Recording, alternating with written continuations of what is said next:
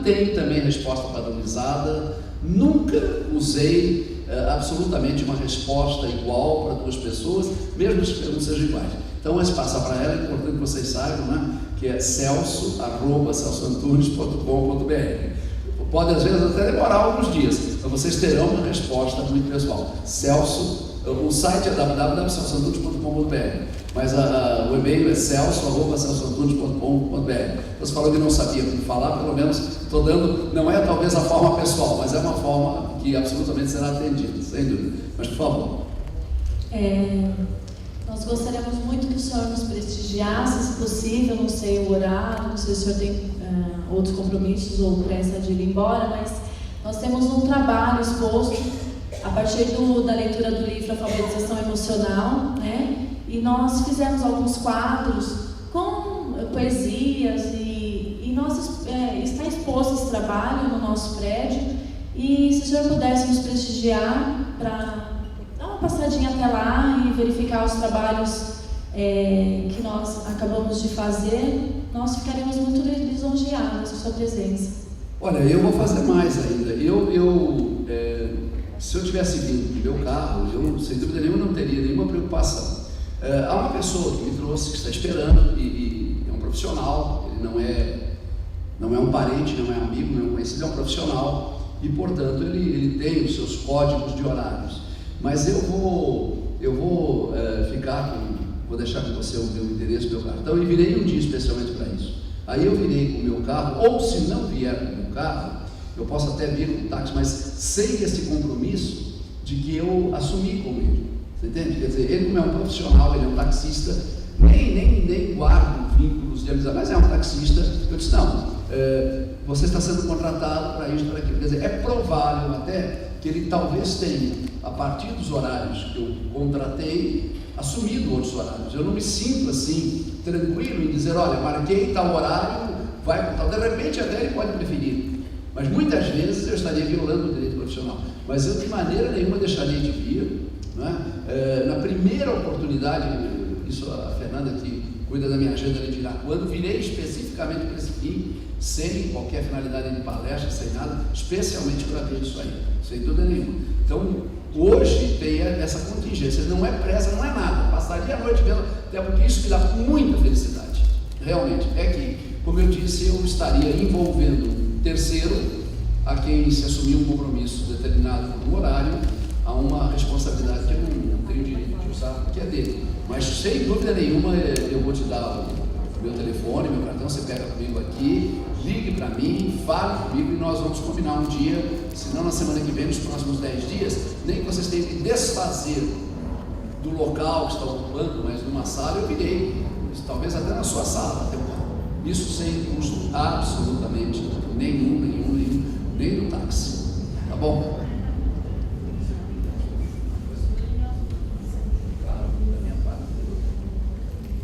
Eu sou a Alessandra, coordenadora do curso de matemática, talvez uma das disciplinas assim, mais malhadas no sentido de muitas vezes ser passado com a falta de significação. Só que eu não sei onde começa e onde termina o problema. Então eu vou colocar um ponto para começar. Muitas vezes o aluno ele chega aqui sem aqueles pré-requisitos, ele não sabe o que é o elevador, ele não sabe muitas coisas, e aqui nós passamos esses pré-requisitos para ele. Só que ele não sai com aquela capacidade de ter aprendido, ter se apropriado da piada. E, por consequência, ele vai lá atuar na educação básica e, por não conhecer as ferramentas que ele vai trabalhar, ele acaba dando aquela aula sem significado. E daí forma alunos que chegarão na universidade sem pré-requisito. E assim vai. Então, eu gostaria que o senhor comentasse, assim, como o senhor vislumbra uma solução para isso, pelo menos para a gente parar esse ciclo. Porque eu vejo que uma das consequências aí é o esvaziamento dos cursos de licenciatura. Acho que só a professora Luzia aqui é feliz, porque as licenciaturas, de um modo geral, estão esvaziando. Então, gostaria que o senhor comentasse assim, o que o senhor vê como uma solução para esse problema. Não, eu acho que você está absolutamente certa. Evidentemente que eu não posso pensar na competência a ser desenvolvida em quem quer que seja, se eu não der as ferramentas e não ensiná-lo a usar as ferramentas. Isso é fundamental, não é verdade? Não adianta eu fazer profundas elaborações a respeito da importância do raciocinar, se ele não é capaz de raciocinar que 5 vezes 3 é igual a 3 vezes 5. Ele memorizar isso é fácil, não precisa raciocinar, não é? Então, essas ferramentas são cruciais. O que talvez nunca se desprender da ideia de que são ferramentas, de que o conteúdo é sempre relevante em relação ao uso da ferramenta, não é? Então, na verdade, ele vai precisar daquelas ferramentas e vai usá-las como ferramenta. Agora, que ele tem que conhecê-las, tem, mas a cada momento lembrar a ele: você não vai repetir este fato. Eu volto a repetir: 3 vezes 4 ou 4 vezes 3, a única coisa desimportante no contexto é o 12, que é a resposta, que é o resultado, e que na maior parte das vezes para o professor é o essencial. Não, o essencial é você operacionalizar esse processo de imaginar que eu estou falando a mesma coisa quando eu digo 5 vezes 3 ou 3 vezes 5. Por isso, você está corretíssima, as ferramentas são imprescindíveis. O perigo é, às vezes, um aluno, levado pela rotina dos modelos que ele tem, perceber ou esquecer que ele está apenas aprendendo a manusear ferramentas. Quando ele tem esta consciência, ele poderá até fazer um mau uso, mas a tendência é de que realmente ele saia operacionalizar. Eu acho que o caminho realmente é esse. Não esquecer que a essência não é o resultado, é realmente o uso da ferramenta. A hora que ele aprender isso, ele aprenderá verdadeiramente matemática, que é exatamente resolver problemas. Agora, o que é viver, se não resolver problemas, né? Então, como você disse bem, a matemática não tem lá aquele prestígio que o professor de matemática gostaria que tivesse. Mas se nós mostrarmos que a essência do sobreviver é resolver problemas, e que há uma disciplina, embora todas tenham esse empenho, que mais particularmente vai ensinar a resolver problemas, isso é crucial. Portanto, eles têm que aprender. Eu não aprendo a matemática, eu aprendo a resolver problemas. Os problemas, quando invadem o signo numérico, dá-se o nome de matemática. Mas eu tenho que aprender a resolver. Para quê? Para resolver dentro da minha vida, daquele processo. Quando você provocar o aluno naquele contexto, você tem que ir começando a pensar nesse uso adequado, e eu creio que esse é realmente o grande caminho.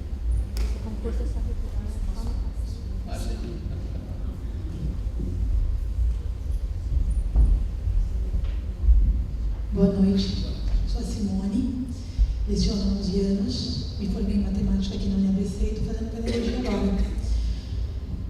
A minha pergunta é assim,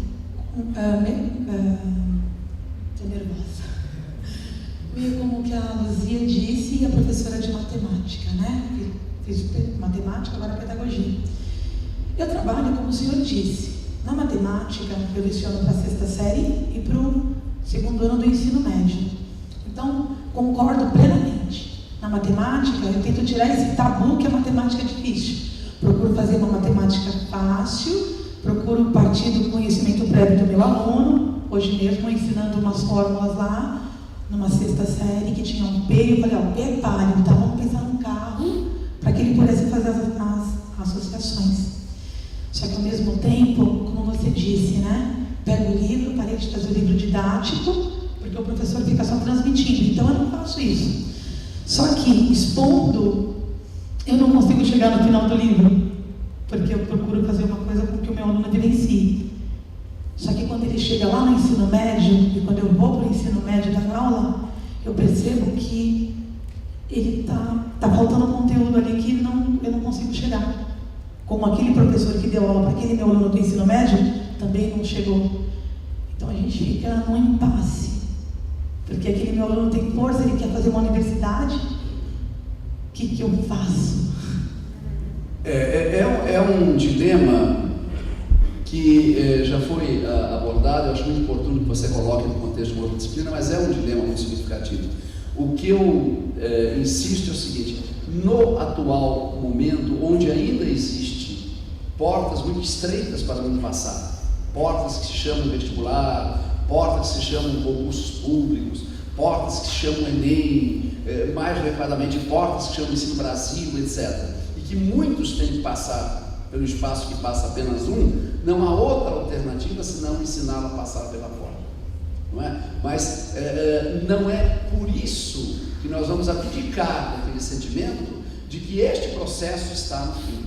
e que, portanto, devemos procurar mostrar ao aluno este aspecto. Olha, você tem que compreender a minha matemática por isso que ela se propõe.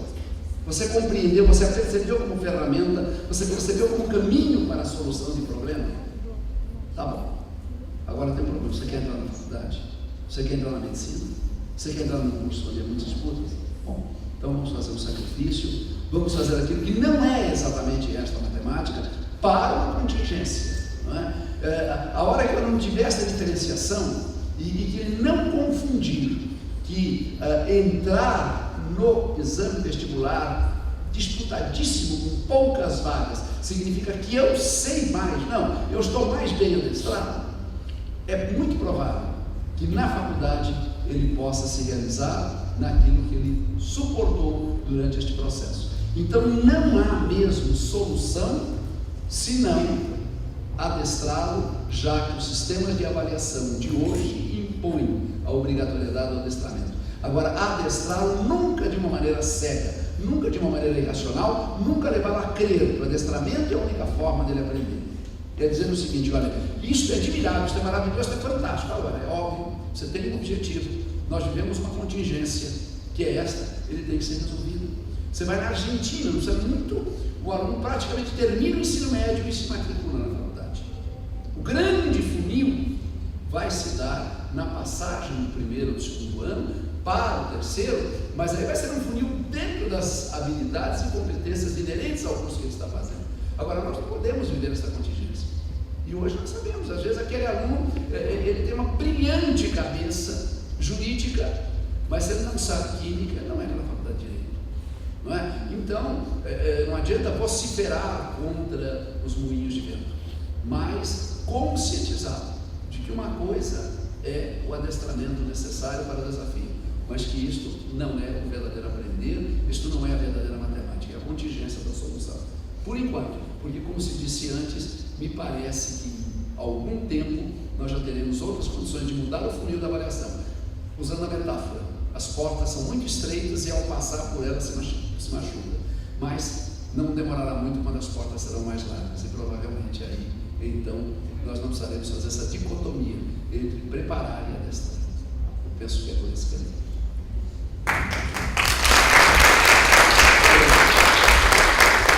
Eu gostaria de encerrar o evento, já que a nossa mestre de cerimônias foi fazer a orientação, agradecendo o professor pela brilhante palestra, pelo aprendizagem de todos nós, não só vocês que estão aí como alunos, nós também aprendemos bastante essa noite.